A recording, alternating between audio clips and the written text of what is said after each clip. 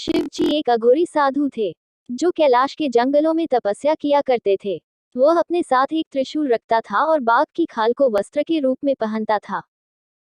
वे अनेक प्रकार के रुद्राक्ष की माला धारण करते थे और अपने पास रखे अपने प्रिय सर्प को गले में लटकाकर अधिकतर समय तपस्या में व्यतीत करते थे।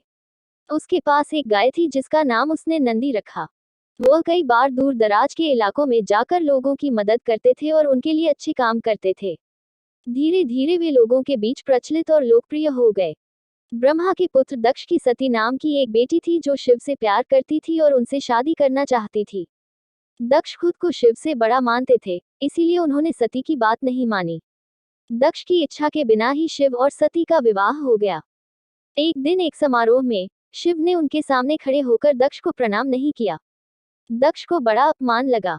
उसने बदला लेने का फैसला किया। दक्ष ने यज्ञ किया और शिव को छोड़कर कई राजाओं और संतों को आमंत्रित किया। सती को बहुत बुरा लगा। वह अपने पिता से मिलने गई थी। दक्ष ने सबके सामने शिव का अपमान किया। सती से यह सहन नहीं हुआ और उन्होंने यज्ञ के यज्ञ में कूदकर अपने प्राण त्याग दिए। क्रोधित होकर शिव ने नृत्य तांडव शुरू किया। इसके बाद वे दक्ष को मारने के लिए वहां पहुंचे, लेकिन ब्रह्मदेव के क्षमा मांगने पर उन्होंने राजा दक्ष को छोड़ दिया। इसके बाद शिव सती के शव को लेकर वहां से चले गए। उस समय उनकी आंखों से आंसू बह रहे थे।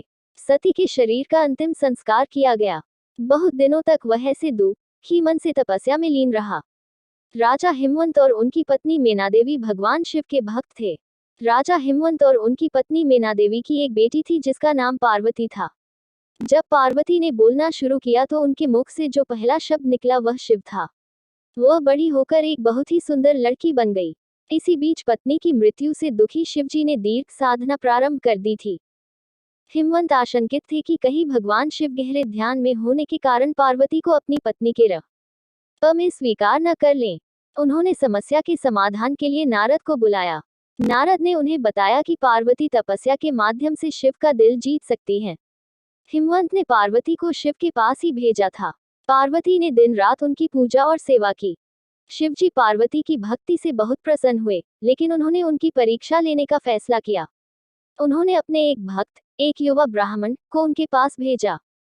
भक्तों ने पार्वती के पास जाकर कहा कि भिखारी की तरह रहने वाले शिव से विवाह करना ठीक नहीं होगा। ये सुनकर पार्वती को बहुत क्रोध आया।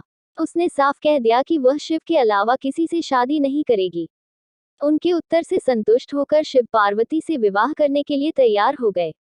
हिमवंत ने धूमधाम से दोनों की शादी कराई। कुछ वर्षों के बाद उनके 2 पुत्र हुए, जिनका नाम उन्होंने गणेश और कार्तिक रखा।